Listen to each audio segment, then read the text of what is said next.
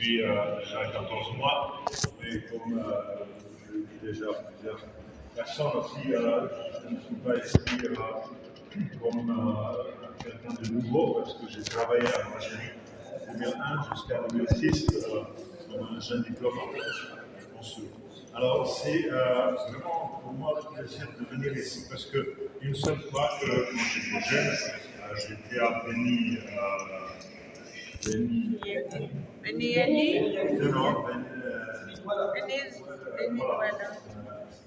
dans ce village de Venezuela, et justement, pourquoi j'étais là-bas, peut-être je vais me répéter, mais aussi pour la presse, si vous permettez, il y a en République tchèque depuis 50 ans un prix, une exposition mondiale pour les enfants de 4 ans jusqu'à 16 ans. C'est sous la tutelle de l'UNESCO.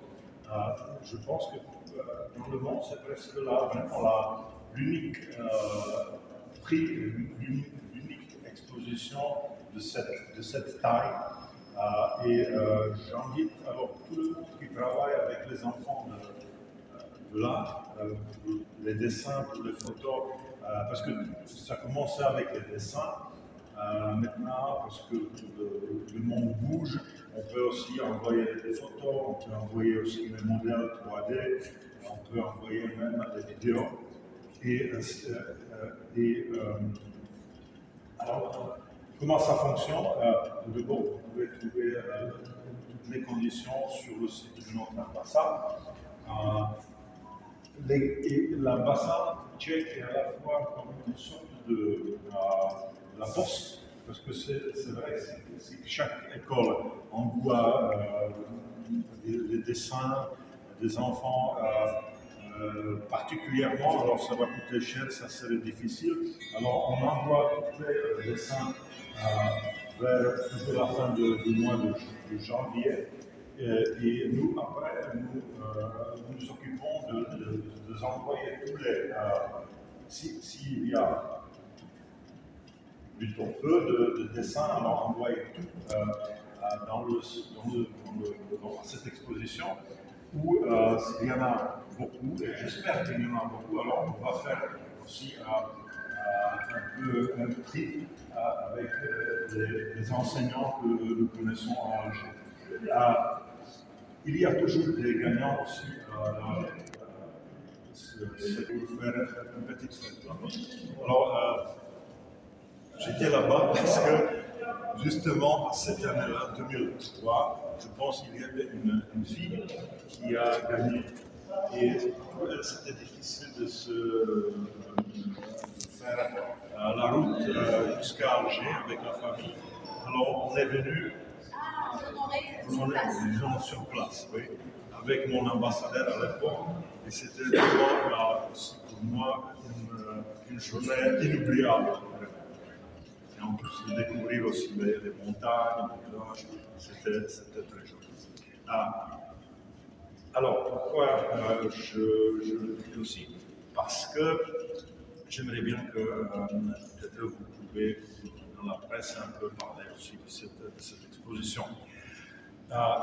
Cette exposition que vous voyez alors, était préparée par le ministère de la Défense tchèque, spécialement pour l'exposition et à l'occasion d'un petit cet événement au niveau du monument de la Victoire à Alger, avec le ministère de Moudjahidine. C'était non seulement qu'on a exposé des tableaux, mais on a fait aussi, on a invité des Moudjahidines, femmes surtout, Moudjahidas, pour témoigner ce qu'ils ont vécu. Et à la fois, il y avait aussi le responsable du ministère de la Défense pour parler, et le ministère aussi de la Défense algérien pour parler un peu, pour comparer comment on s'occupe aussi des militaires qui étaient blessés vous voyez, dans les missions de paix ou dans les différents types d'activités. Mais surtout, et ça, vous avez vu, on parle souvent des hommes, comme des militaires, comme des soldats, mais bien sûr les femmes étaient toujours aussi sur place, aider les soldats et tous les panneaux parlent de cette histoire de la libération de la Tchécoslovaquie pendant la Deuxième Guerre mondiale et surtout dans le front Est, c'est-à-dire quand l'Union soviétique a commencé à libérer aussi les pays à l'Est. Alors, notre armée qui était déjà aussi là-bas a continué de venir dans notre pays, libérer enfin notre pays au mois de à partir de déjà,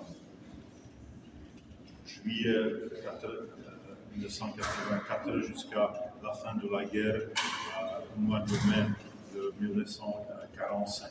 Alors, vous pouvez lire sur des tableaux comment les femmes travaillaient pour cette libération, quels différents types de responsabilités avaient sur le front. C'est intéressant, c'est la formation, les femmes dans les unités militaires. Et bien sûr, les femmes étaient toujours aussi dans les hôpitaux militaires, et ce qui n'était pas du tout facile parce que bien sûr, les blessures étaient terribles et souvent elles n'avaient pas assez d'expérience. Alors c'était très difficile pour elles. Et à la fin, il y a aussi un peu l'actualité, ça veut dire comment maintenant les femmes dans l'armée tchèque travaillent, et de nouveau surtout dans les missions de paix ou dans les hôpitaux de camp de terrain. Mais à la fois, alors on parle un peu de la guerre, on a ceux qui étaient hier dans la projection du film, ma famille afghane. Alors on a bien sûr le cadre, c'était 2010, déjà présence aussi des Américains sur place, le Taliban, la situation très difficile. Et d'ailleurs, ma femme a remarqué qu'il y avait aussi dans ce film c'est pour quelques secondes, une femme tchèque justement qui a aussi travaillé à l'hôpital pour s'occuper aussi des Afghans qui étaient blessés. Et bien sûr, comme ne pas parler seulement de la guerre, même si les guerres sont juste injustes. Oui. Alors, c'est vrai que j'aimerais bien vous présenter une femme qui a fait pendant sa vie, elle a essayé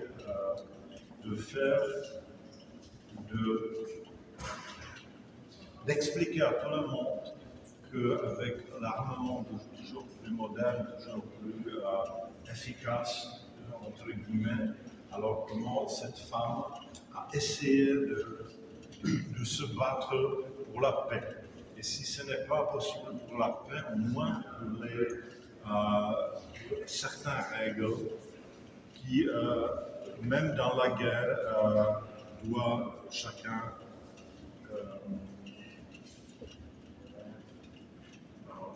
chacun doit être, même pendant la loi de guerre.